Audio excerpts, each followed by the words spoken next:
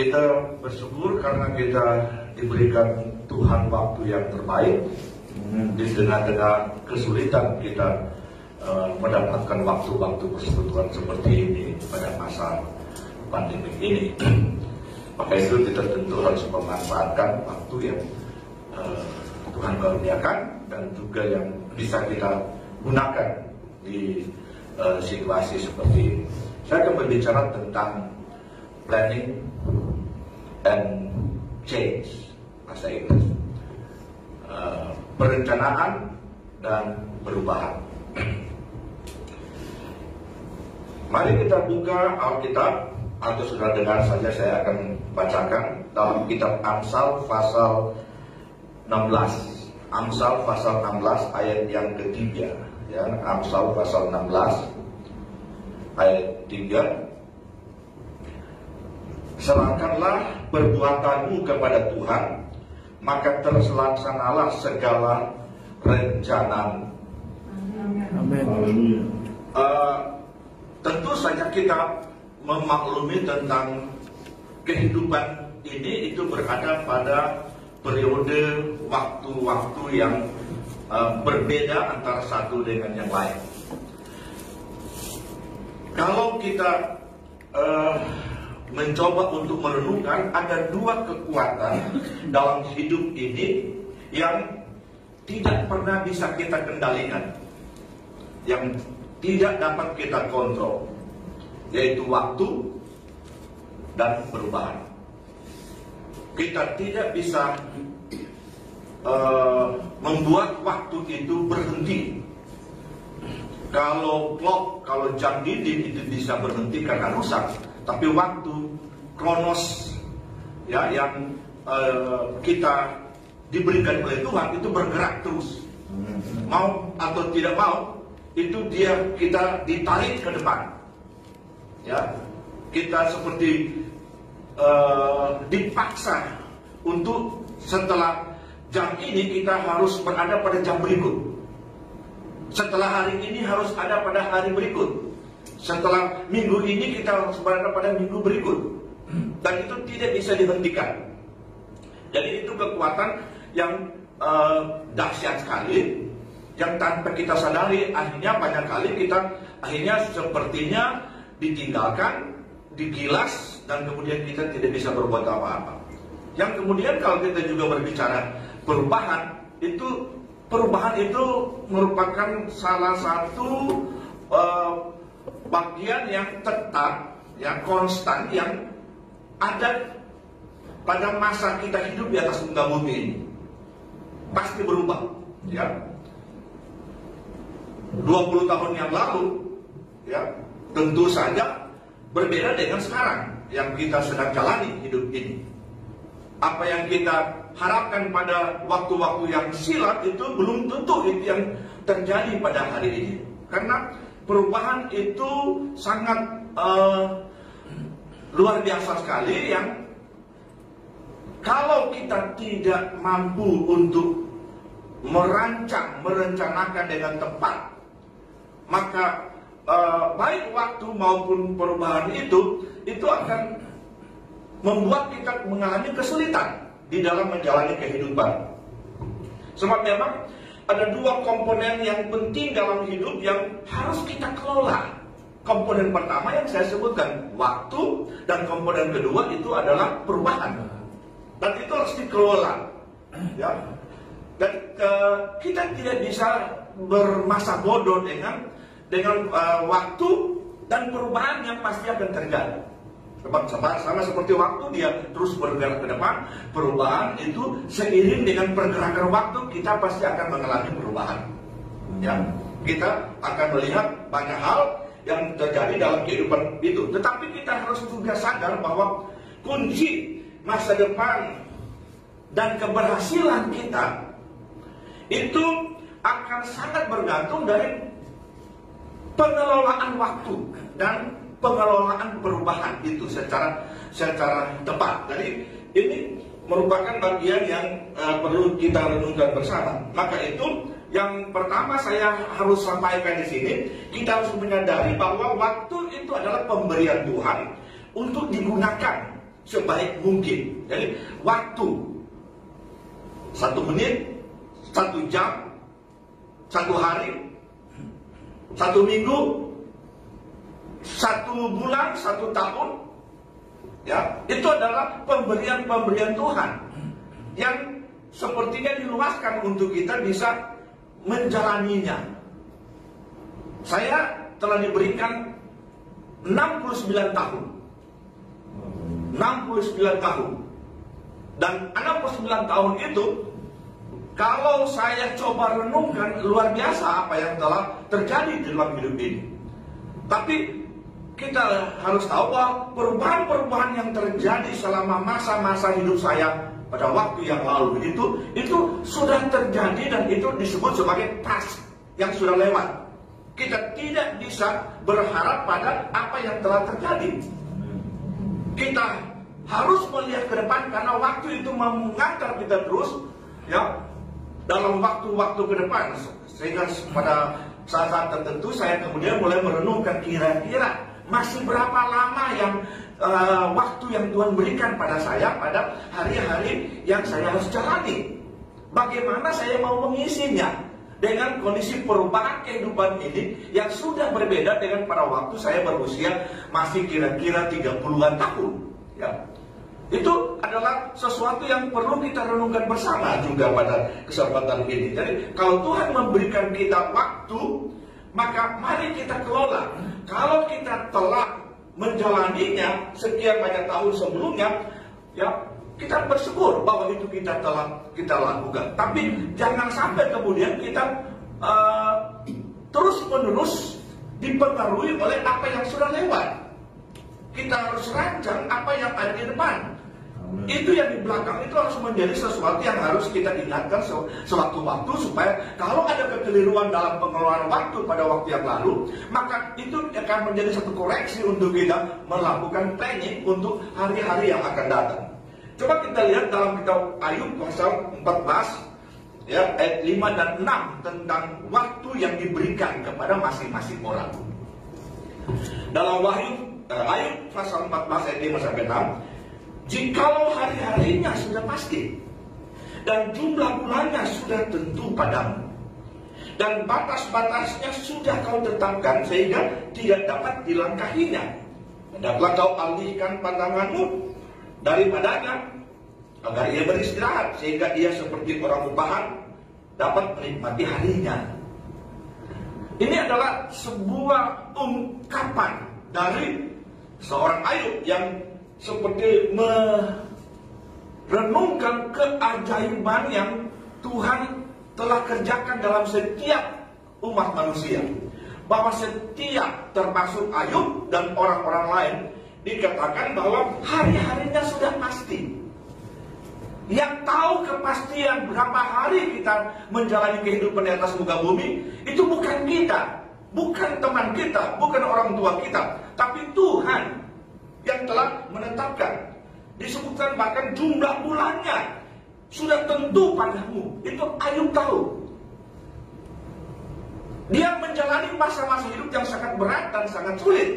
Tapi kesulitan yang sangat dahsyat yang dialami oleh Ayub itu tidak dapat menghentikan ketentuan ilahi yang menentukan masa hidupnya.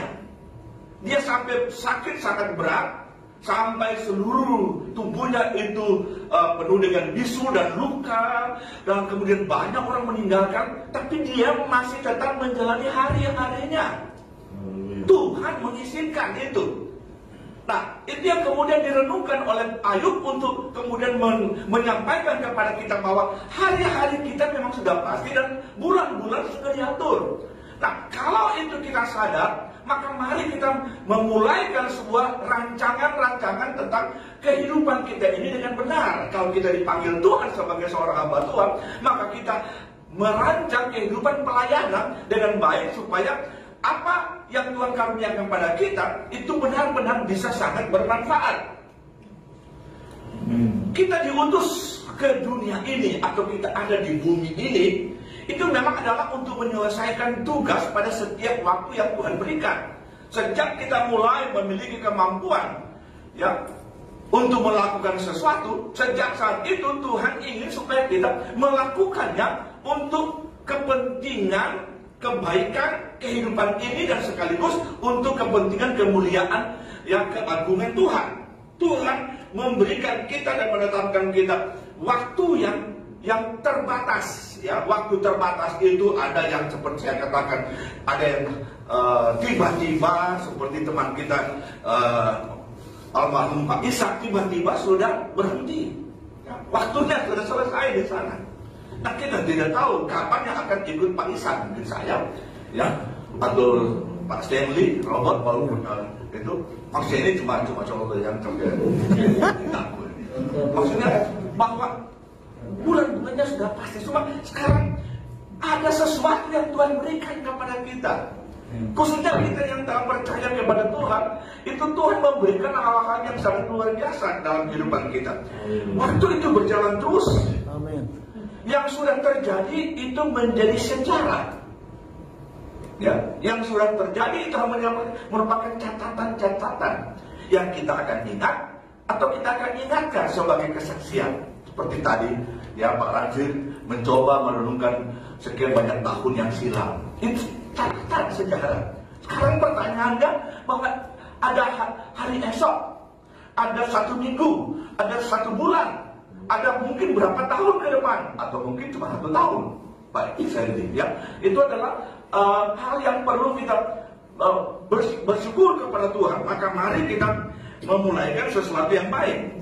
Karena memang kalau kita berbicara perubahan, itu merupakan sebuah keniscayaan. Dan kali waktu itu akan mengantar kita terus ke depan. Waktu selalu itu bergerak ke depan. Tidak ada waktu bergerak ke belakang. Nah, seiring dengan pergerakan itu maka terjadilah perubahan-perubahan. Ya, saya katakan tadi, waktu perubahan itu adalah sebuah keniscayaan. Maka itu mari kita mengelola kehidupan ini seiring dengan berubahnya situasi dan kondisi yang kita hadapi. Perubahan itu bukan sebuah kejadian atau tiba-tiba saja itu kita alami, tapi perubahan itu merupakan sebuah proses.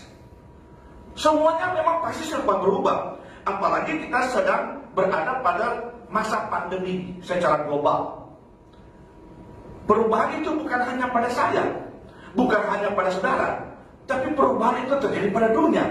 Sehingga apa yang kita pikirkan 2 tahun yang lalu untuk tahun ini, itu sama sekali sudah tidak ada. Akibat pandemi yang terjadi, maka baik negara, baik perusahaan-perusahaan, bahkan pelayanan, itu harus mengelola perubahan ini, ya, dengan benar, seperti ibadah-ibadah. Kalau dahulu kita bangga kalau kemudian ada gereja besar, ya, mega church yang kemudian ya begitu mereka menampilkan pujian penyembahan dan orang begitu senang, tapi sekarang tidak lagi, ya, tidak lagi, tidak seperti itu lagi. Maka itu yang tak ditayang di YouTube dan sebagainya tentang begitu hebatnya, gegap gempitanya ibadah-ibadah itu adalah masa lalu. Nah, kalau tidak bijak kemudian gereja-gereja mengelola masa kini dan hari esok, maka gereja-gereja itu akan ketinggalan. Jemaat-jemaat itu tidak mendapat berkat dari pelayanan pastoral yang dikelola dalam gereja-gereja seperti itu. Harus ada satu strategi baru, karena situasinya sudah berubah. Dalam Pengkhotbah 3 ayat 11, Ia membuat segala sesuatu indah pada waktunya, bahkan Ia memberikan kekekalan dalam hati mereka. Tetapi manusia tidak dapat menyelami pekerjaan yang dilakukan Allah dari awal sampai akhir. Masalahnya banyak kali kita abai, kita tidak memperhatikan tentang perubahan-perubahan. Ya, kita banyak kali kemudian mengeluh karena perubahan itu. Banyak kali kemudian kita merasa bahwa segala sesuatu menjadi berantakan, sebab apa yang kita cita-citakan, kita rencanakan, kita tidak bisa capai karena perubahan telah menghancurkan semua cita-cita itu. Dan kemudian kita mengeluh dengan apa yang Ya, kita alami akibat perubahan itu. Tapi di sini dikatakan memang ya harus kita jalani perubahan itu, karena perubahan itu akhirnya kalau sebagai orang percaya itu indah pada waktunya. Setelah kita menjalani masa-masa sulit, Tuhan telah menyiapkan sesuatu yang benar, dan itu hukum yang terjadi. Coba kita lihat kalau kita masuk pada hari malam, ya hari malam gelap. Apalagi kalau di kampung-kampung tidak ada listrik, gelap sekali. Tapi orang kampung itu pasti mereka tidur saja, sebab mereka pastikan besok subuh itu cahaya mulai bersinar. Dan itu adalah sesuatu yang merupakan gambaran yang kita harus tahu. Saya kurang tahu kita sedang mengalami apa akibat perubahan yang sedang terjadi dalam kehidupan ini. Tapi mari kita lihat dalam kebenaran firman Tuhan. Ia membuat segala sesuatu indah pada waktunya. Bahkan ia memberikan kekekalan di dalam hati mereka. Jadi kita menarik pengalaman yang ajaib yang dialami oleh Ayub, ya, di mana dia mengalami masa kekelaman yang sangat begitu luar biasa. Tapi kemudian dalam bagian terakhir dari kitab Ayub dikatakan luar biasa, bahwa Ayub mendapatkan berkat yang jauh lebih besar, pengalaman kehidupan keluarga yang jauh lebih luar biasa dari apa yang telah menjadi masa lalunya. Yusuf juga saudara bisa pelajari di sana betapa dia menjalani hari-hari hidup yang begitu sulit. Dia dibuang oleh keluarga, dimasukkan ke sumur, dijual kepada para pencari budak-budak di orang-orang Mesir itu. Dan kemudian dia masuk penjara. Itu adalah pengalaman-pengalaman tentang bagaimana perubahan terjadi dalam kehidupan Yusuf dari waktu ke waktu, tapi indah pada waktunya. Saya ingin supaya kita memperhatikan bahwa kehidupan selalu ditandai dengan bukti pertumbuhan. Pohon yang bertumbuh itu tidak enak kalau kita bisa merasakan pengalaman tunas pohon yang bertumbuh. Itu harus mengalami banyak hal yang terjadi. Tetapi akhirnya dia akan menghasilkan buah. Ya. Nah, ini yang disebut sebagai pengalaman life changing, ya, perubahan hidup ke arah yang lebih baik. Jadi kalau kita lihat perubahan hidup berdasarkan pohon, itu perubahan selalu terjadi, tetapi ke arah yang lebih baik. Akhirnya dia akan menjadi pohon dengan buah yang dapat dinikmati oleh banyak orang. Saya berdoa kiranya kita sebagai warga aktivis Hope, kita akan mengalami pengalaman yang indah pada waktunya. Yang kita telah bersungguh-sungguh selama ini, dan kemudian terjadi perubahan dari waktu ke waktu, dan kita yakin pasti akan ada hal yang luar biasa yang Tuhan akan siapkan untuk kita. Ya, maka itu perubahan yang harus kita alami, itu adalah perubahan dari dalam. Jadi sebelum kita akan masuk kepada perubahan yang diakibatkan oleh pergerakan zaman yang berubah dari waktu ke waktu, dalam 2 Korintus 5:17 dikatakan, jadi siapa yang ada di dalam Kristus, ia adalah ciptaan baru. Yang lama sudah berlalu, sesungguhnya yang baru sudah datang. Jadi dalam kehidupan kekristenan, hal perubahan itu merupakan sebuah keniscayaan. Dan itu seiring dengan waktu. Dunia bisa berubah, tapi perubahan dari orang-orang percaya itu adalah perubahan ke arah kekekalan, kehidupan yang sejati yang telah ditetapkan oleh Tuhan. Rasul Paulus berkata begini dalam Efesus 4:23-24, supaya kamu dibarui dalam roh dan pikiranmu, dan mengenakan manusia baru yang telah diciptakan menurut kehendak Allah di dalam kebenaran dan kekudusan yang sesungguhnya. Jadi ini adalah hal yang sangat luar biasa yang Tuhan inginkan untuk kita ketahui.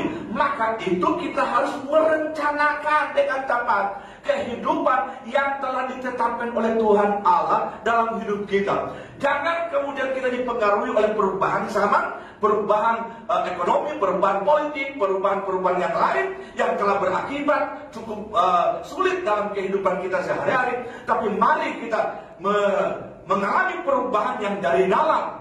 Ya, perubahan yang seperti yang dikatakan oleh Tuhan, yang kemudian mengarahkan kita kepada kehidupan yang sejati.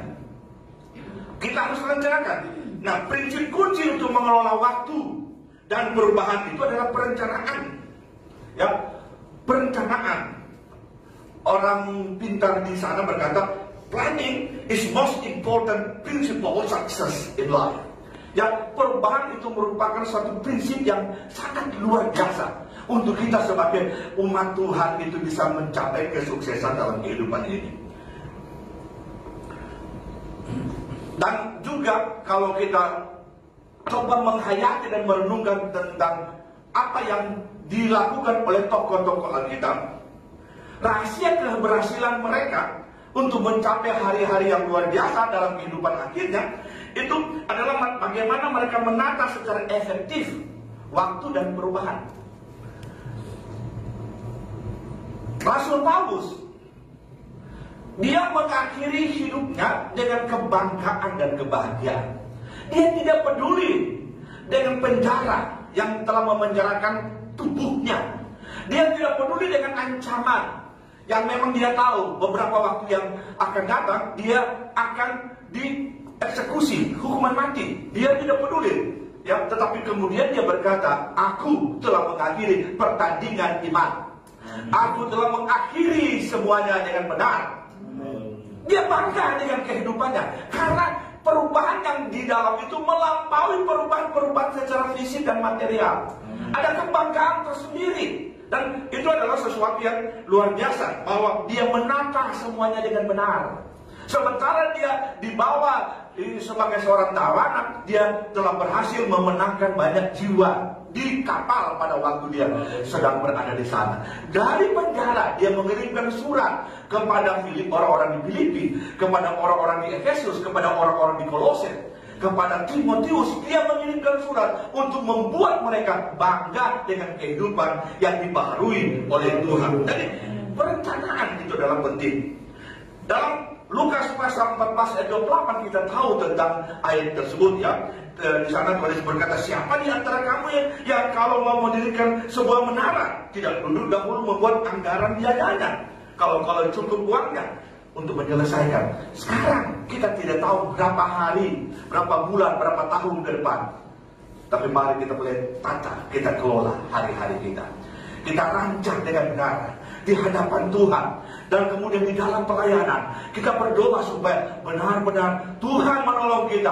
Amin. Untuk memberikan kemampuan untuk kita merencanakan hari-hari dalam pelayanan. Tuhan berkata, pergilah, jadikan sekalian bangsa itu muridku. Yang ajar mereka, baptis mereka dalam nama Bapa, Putra, dan Roh Kudus. Amen. Tuhan Yesus juga berkata bahwa raja mana kalau mau pergi berperang melawan raja lain tidak dulu dahulu untuk mempertimbangkannya. Jadi warga atau aktivis HOM, mari kita mulai mencoba merenungkan ini sisa tahun 2021. Amen. Apa yang kita akan buat untuk kehidupan kita, untuk pelayanan kita, ya, supaya benar-benar kita akan sungguh-sungguh bermanfaat bagi hormat dan kemuliaan nama Tuhan. Dan kita tidak bisa mencoba mengatur, ya, merancang kehidupan ini sesuai dengan tata kelola dengan cara-cara duniawi. Roma 12 ayat 2. Janganlah kamu menjadi serupa dengan dunia ini, tetapi berubahlah oleh pembaruan budimu, sehingga kamu dapat membedakan manakah kehendak Allah, apa yang baik, yang berkenan kepada Allah, dan yang sempurna. Jadi kita harus tahu bahwa kalau kita merancang sesuatu untuk mengikuti perubahan yang terjadi, waktu yang bergerak terus, maka kita harus merancang sesuatu yang benar menurut kehendak Allah. Menurut kehendak Allah yang baik dan berkenan kepada Allah. Amin. Kita berdoa supaya Vivi yang akan buka restoran itu merupakan kehendak Allah. Amin. Artinya kita berdoa. Sebab itu adalah sesuatu yang tadi sudah disampaikan sebagai rancangan kehidupan tentang tahun, 2 tahun dan sebagainya. Tapi itu planning, ya, and change, itu merancang dan mengikuti perubahan yang setelah kita harus hadapi. Ayat yang terakhir, Efesus pasal 4 ayat 23 sampai 24. Supaya kamu dibaharui di dalam roh dan pikiranmu, dan mengenakan manusia baru yang telah diciptakan menurut kehendak Allah di dalam kebenaran dan kekudusan yang sesungguhnya.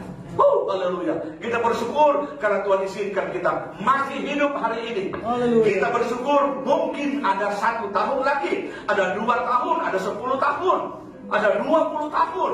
Ya, kalau saya kemungkinan 20 tahun itu ya hanya tinggal merupakan impian. Ya, kalau masih ada berarti puji Tuhan. Ya. Tapi sudah tidak bisa mengikuti perubahan yang sama, tinggal berserah Tuhan. Yang apa yang Tuhan kehendaki jadilah. Tapi sekarang masih fit, masih bisa merancang ke depan. 1 tahun, 2 tahun ke depan kita akan melihat hal-hal yang ajaib. Maka itu biarlah roh kita dibaharui seterusnya, ya. Pikiran kita dibaharui, dan kemudian kita mengenakan manusia baru, manusia ilahi, manusia yang berkenan kepada Tuhan, ya, supaya kita bisa menurut kehendak Allah, supaya kita bisa hidup dengan kebenaran dan kekudusan yang sempurna. Mari kita berdoa.